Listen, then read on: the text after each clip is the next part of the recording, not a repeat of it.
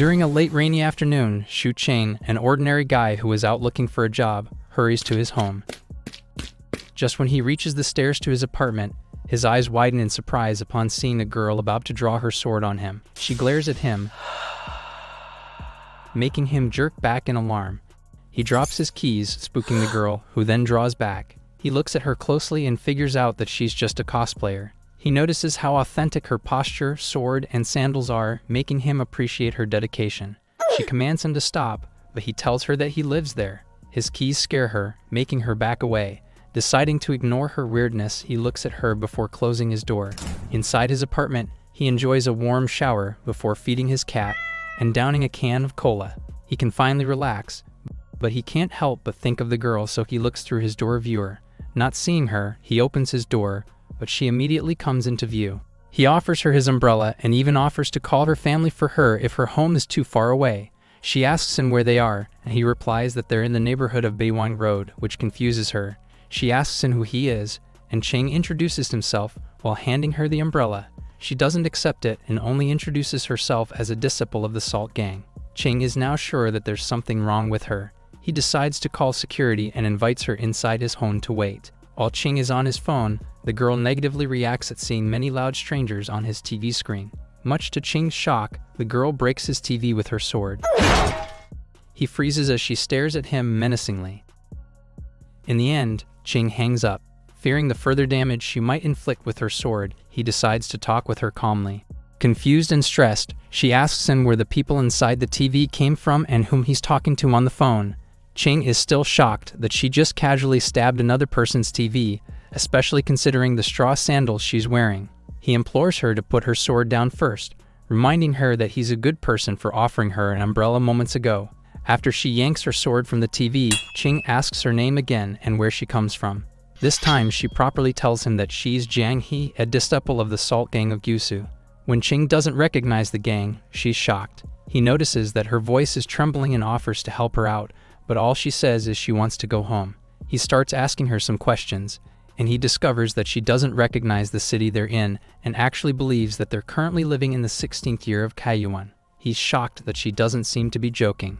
Hurriedly, he searches for names of those who lived in that era. He initially offers the name of the emperor before realizing the name was given posthumously. He then names Li Teibai, a famous poet during the Tang dynasty, whom she then recognizes. Excitedly, she asks him where he is, but all Cheng could say is he's hiding in the bushes while thinking of his character in a famous mobile game. Suddenly, someone yells from the outside, saying their food has arrived. She's instantly on alert with her sword drawn up, so Cheng rushes to explain that the person is just bringing the food he ordered. He tells her to calm down and take a step back so the man wouldn't see her. Jiang asks if the person is his servant, which he denies, saying the other man is a delivery man. Later, he offers to share his food with her, but she declines. She asks him why all the men cut their hair and if they are in the place where people go when exiled. While Cheng is confused by her questions, she then reveals that she only arrived an hour ago. Cheng realizes that the rain started around that time and momentarily becomes horrified at the slaughter she might have caused since she doesn't hesitate to draw her sword. He questions her if somebody else saw her, to which she replies no, as she was hiding in the dark, even when she wandered around. He's about to take a bite of his burger when her face is suddenly close to his, surprising him. She points out that he didn't answer her question yet. He explains that they just all have short hair as a local custom with no special reason. He offers her his food again, but she still declines to eat. When he tries to make her accept the drink at least, she gets angry, saying he's looking down on her by offering food that she doesn't recognize. Because Cheng is distracted, he knocks over his can of cola, which spills and fizzles on the floor. He hurries to explain that it fizzles not because it's poison, but because it's a carbonated drink. However, Jiang isn't listening at all, and she's about to attack him with her sword. Under her mistrustful eyes, he proves his claim by drinking the remaining soda in the can. He then requests that she not draw her sword at every small thing, and assures her again that he has good intentions. He even points out that she's scaring his cat. While he observes her putting her sword away, he ponders on what to do with her. He figures he has three options. First, he can boot her out of his apartment and leave her to fend for herself. He guesses she'll end up arrested or shot dead 3 days later. For the second option, he can bring her to the police and let them handle her situation. She could be subjected to some studies, but before all that, he's sure the police will think he's messing with them once he reveals that she's a girl from 1,000 years ago. Also, she might feel threatened and everything could result in a bloody mess. Recoiling at his thoughts, he considers his last option, to observe her for now. An ancient supergirl who can wield a sword is someone he doesn't want to let go of easily. They'll regret missing the chance of interacting with a person like her, who's like a character from one of the fantasy novels that he likes. He offers her the food again, and she finally asks what it is. Knowing that she thinks that it might be poisonous, he takes a bite off the wrap. However, he senses that the food will just go to waste as she'll think it's weird. He tells her that he'll make her a rice bowl instead. He invites her to sit with him, and she hesitantly does, which makes Ching want to record her with his phone, thinking it's the ancient girl's first encounter with a couch. Meanwhile, Jiang inwardly thinks that aside from the umbrella, everything inside Ching's room is unfamiliar. The room, the man and his food are all weird, so she should be careful. Ching has some revelation he wants to tell Jiang, and fearing how she might react, he requests that she put down her sword first. She tells him that no matter where they are, she still wants to go home. However, he responds that she might not be able to as they're really far away from her home. After an hour of shopping, Ching sighs with bags of his purchases in his hands. He glances at the hygiene products he just bought for her, which makes him blush a little. Next, he goes to a bookstore where he buys a couple of books, though he's not sure if they're going to be useful. Soon, he returns home and encounters the security guard at his apartment. When the older man asks him if he's gone shopping, Ching hides his purchases behind his back while he tries to act casually. In an attempt to distract the security guard, Ching asks him if he's eaten yet. The older man tells him he has. He then instructs the younger man to pay attention to anyone suspicious, which Ching agrees to. Upon entering his apartment, he's greeted by Jiang, who's once again about to wield her sword, making him freeze in place. He hands her food and chopsticks, saying they should eat first. He tells her that he has already bought essentials for her, and he'll sort them out after they eat. When she thanks him, he stares at her as he gets an idea. And with sparkling eyes, he asks her to address him as a young warrior when she gives him her thanks. He then asks her if he qualifies as a young warrior in her eyes or at least a good man.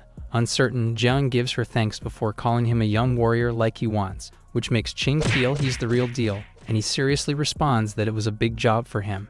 Jiang, who's utterly unimpressed, feels a strange itch to troll him. When they start eating, she greedily wolfs down her food, startling Ching, who had the impression that she'd be more refined and elegant. After their meal, he tells her that he bought her clothes, though he wasn't quite sure what size she'd be comfortable with. Ching then shows her the dress, saying she can wear it if she wants to. He's rummaging around the bag to show her more of his purchases, when she asks him what she's holding. Seeing that it's a bra, Ching gets shocked. Flustered, he tells her that she can figure out how to wear it, but if she still needs help, he can help her search for a video to teach her how. He then shoves a bag of female products into her arms, his face reddening, while Jiang is clueless. Next, he hands her a history book written in story format and a language book of simplified and traditional Chinese. Later, he thinks it would be best that he teaches her how to use the computer so she can use it to learn everything. Hearing her yawn, he tells her that since she's tired, she should take a break from reading and just talk with him. When he asks her if she has any questions, she questions him about his status in their world. Pensive, Ching says out loud that he's a graduate student who's about to become a social worker, but is still unemployed. To make her understand it easier, he likens his situation to someone who finished the imperial exam, but still doesn't have a job to support his family. Jiang pipes up that he must be a rich kid, but he disagrees with her, saying he comes from a poor background. Still, she has an impression that he's a family member of a rich landlord. Perusing her history book, Jiang becomes teary-eyed, and she asks him how she could go back home. Ching tells her he has no idea, but he imagines that it would be difficult. He asks her how she arrived at his world yesterday.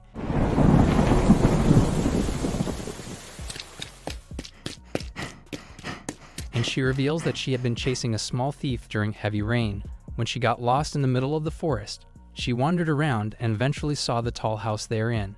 Ching glances out of the window, musing that there are no forests around their area. He advises her to survive the present world first, before she could think of going back. As she's clutching her sword, Ching asks what her military ranking is, and she responds that in the Yan gang, she's considered to be powerful. Excitedly, he asks her a plethora of questions regarding martial arts, and he ends his inquiry on how high she can jump down without injury. Walking towards a window, Jiang points that she can jump from the 4th floor of their building, shocking Ching so much that his eyes bug out. Excitedly, Ching asks Jiang if she knows how to practice martial arts, but she has no idea what he's talking about. Undeterred, he asks her if she knows Kung Fu, and whether he can learn it.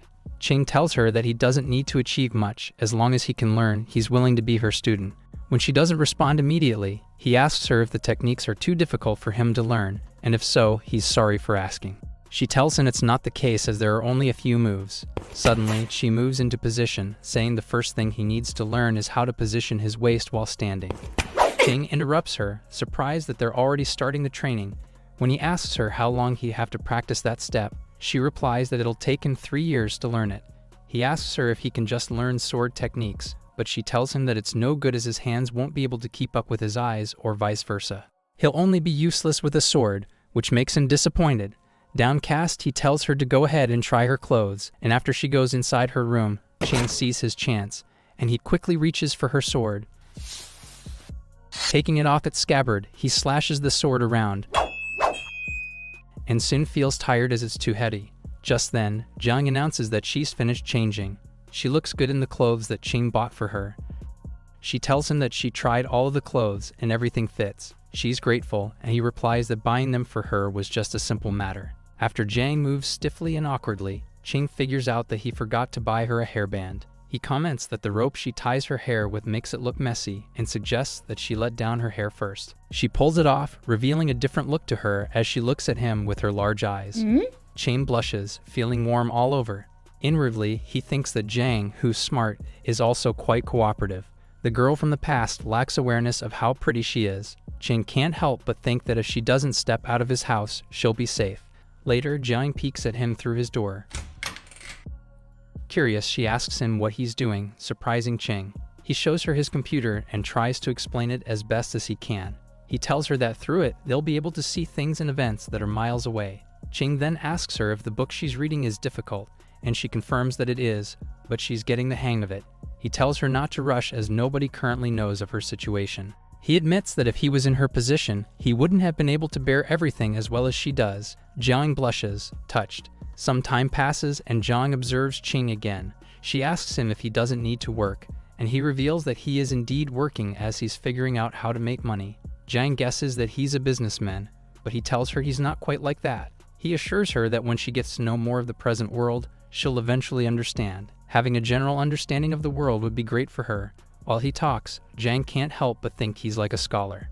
Afterward, Ching asks her about her chief's martial arts skills, and she replies that he's very strong. Excitedly, he plays a video on his computer.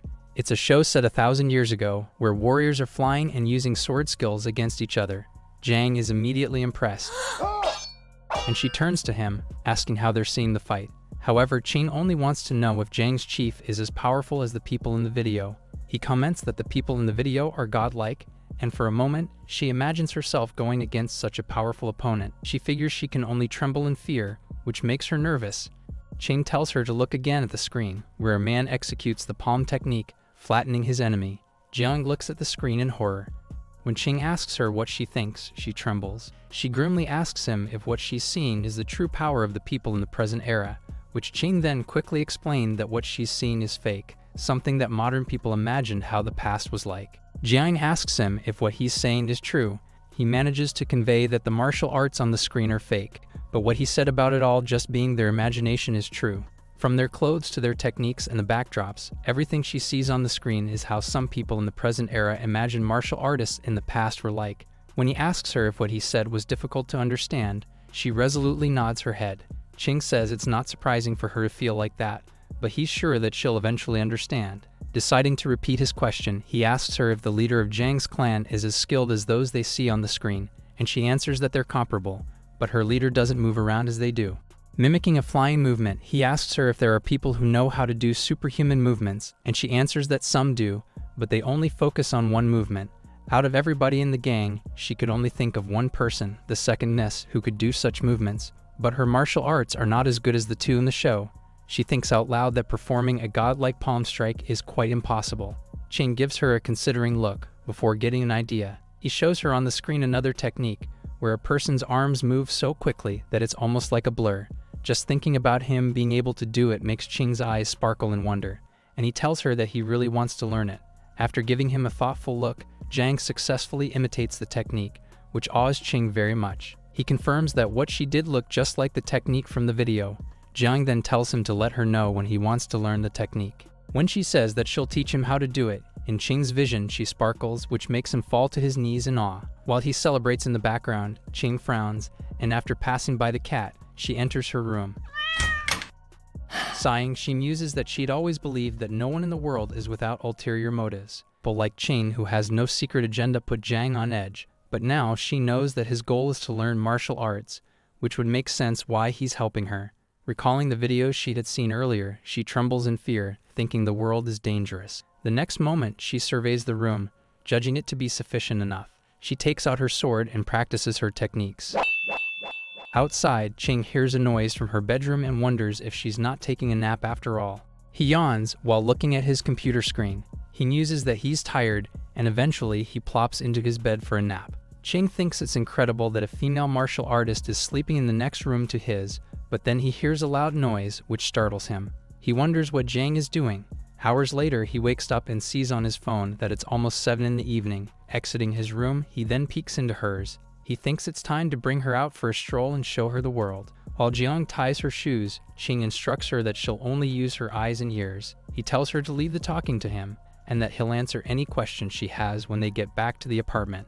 He also tells her not to do her high leaps or inhuman sprints, and that she should just stay quietly by his side as they stroll around. After making sure that she understands, he takes a picture of her on his phone. However, she's expressionless, so he asks her to smile at him. She shows him an awkward and scary smile, which makes him flinch. Exasperated, he tells her never mind, as her smiling face will only scare other people. He then reminds her to act as normally as she can during their stroll. When Ching tells her to leave her sword, she shakes her head while clutching her precious weapon. To make her understand, he tells her that everyone on the streets is a weakling like him, so a punch from her would already be enough of a weapon against somebody. She clenches her fist, testing her strength, which makes him a little nervous. Jiang finally agrees while Ching tries to discreetly take a picture of her. When she notices what he's doing, he retracts his phone and tells her that they should get going. Ching leads her outside, and Jiang peeks around the surroundings first before following him. He tells her that they're in the area where all the residential buildings are, before pointing out to the road, where one can find many different shops lining both sides of it. Telling her to relax, Ching feels amazing for having a strong, beautiful warrior girl from the past out on a stroll with him. Soon, they encounter the security guard and a middle-aged lady. She seems to recognize Jiang upon seeing her. She squints at her, saying Jiang looks familiar, while the girl hides behind Ching. The security guard teases him, asking if she's his girlfriend, but Ching only tells him that they're just friends. Suddenly, the older woman remembers where she'd seen Jiang, at the stairwell yesterday while clutching her sword. As the security guard is curious, she then describes what the sword looks like. Ching interjects, saying it's cosplay. He says that it's something trendy that youths do. When the lady finally understands, as apparently her son does it too, Ching grabs Jiang's hand, and after he bids them goodbye, they quickly leave. A moment later, Jiang retracts her hand, startling him. He asks what happened during Jiang's encounter with the auntie from earlier, but when she doesn't answer, he guesses that the older lady probably just saw her but didn't strike up a conversation. Inwardly, he thinks that it's a relief that the security guards or someone more kind-hearted didn't see her first, or it might have ended in a disaster. When a car drives past them, Jiang is surprised by how fast it's running. He tells her that it's a car, which is similar to a horse-drawn carriage, but with no horses involved. He tells her to think of it as a horse stuffed within a car's body, which gives Jiang a strange image in her head. He then points to a camera above a street lamp, saying it's the all-seeing eye. Trying to scare her, he reveals that the cameras are everywhere, and someone could be monitoring them through the devices. Jiang does become perturbed. Ching tells her to relax, as it's not like people don't have better things to do than watch them all the time. Jiang wanders away and picks up a few pebbles. Confused, he questions her about what those are for. When she motions to throw one at the camera, Ching stops her. He sighs before telling her to put the stones back.